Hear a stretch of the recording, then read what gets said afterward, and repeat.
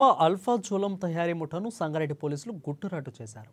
అల్ఫాజోలం తయారు చేస్తున్న నిర్వాహకులను అదుపులోకి తీసుకున్నారు. ఇక సంగారెడ్డి ఎస్పీ కార్యాలయంలో కేసుకు సంబంధించిన వివరాలను వెల్లడించారు. అల్ఫాజోలం తయారు చేస్తూ అక్రమంగా డబ్బులు సంపాదించాలనే దురాశతో అల్ఫాజోలం తయారు చేస్తున్నారని జిల్లా ఎస్పీ చెన్నూరి రూపేష్ తెలిపారు. అల్ఫాజోలం తయారీలో ముఖ్య పాత్ర విశ్వేశ్వర్ సింగ్గా పేర్కొన్నారు. అతన్ని భాగస్వామిగా తీసుకుని ఏకంగా 8 కోట్లతో ఒక పరిశ్రమను తీసుకుని అల్ఫాజోలం తయారు చేస్తున్నారని వెల్లడించారు.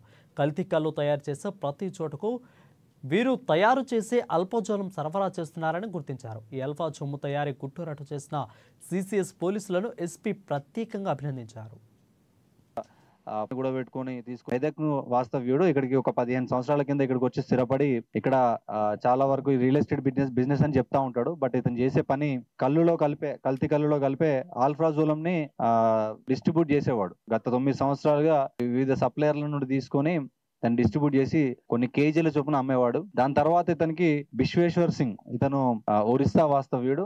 ఈ విశ్వేశ్వర్ సింగ్ పరిచయం అయ్యాడు. ఈ విశ్వేశ్వర్ సింగ్ నేపథ్యం వచ్చి ఇతను ఒక కంపెనీలో, ఒక ఫార్మా కంపెనీలో పనిచేశాడు. ఆ కంపెనీలో పనిచేసేటప్పుడు ఆల్ఫాజోలం ఎట్లా తయారు చేయాలనేది అతను నేర్చుకొని దాదాపు ఈ విశ్వేశ్వర్ సింగ్, సుధీర్ గౌడ్ మరియు శ్రీవాణి, సుధీర్ గౌడ్ వాళ్ళ వైఫ్, వీళ్ళు ముగ్గురు, దాంతోపాటు ఇంకొక అతను రాజేశ్వర్ శర్మ అని చెప్పేసి ఇతను కూడా ఒక ఇన్వెస్ట్మెంట్ పార్ట్నర్ గా తీసుకొని 2023లో హైదరాబాద్ శివార్లోని అబ్దుల్లాపూర్ మెట్లో ఒక కంపెనీని కొన్నారు.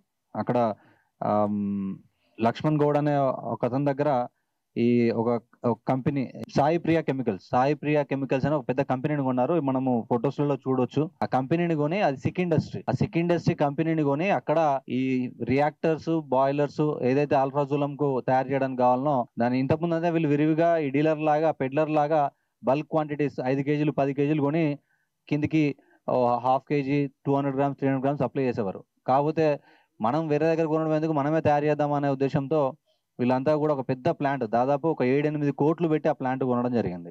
దానికి ఒక 2-3 కోట్లు పెట్టి కరెంట్ కనెక్షన్, పీసీబీ అప్రూవల్ అవన్నీ కూడా తీసుకొని అక్కడ దాదాపు ఒక 2023లో ఒక ప్రతి బ్యాచ్, అంటే ఒక బ్యాచ్ తయారు చేయడానికి దాదాపు 10 నుండి 12 రోజులు టైం పడుతుంది.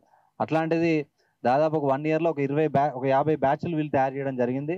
తయారు చేసి దాన్ని హైదరాబాద్, సంగారెడ్డి, మెదక్, సిద్దిపేట, కామారెడ్డి, నిజామాబాద్ ప్రతి డిస్టిక్ లో ఎక్కడెక్కడైతే కల్తీ కల్లు తయారవుతుందో అక్కడక్కడికి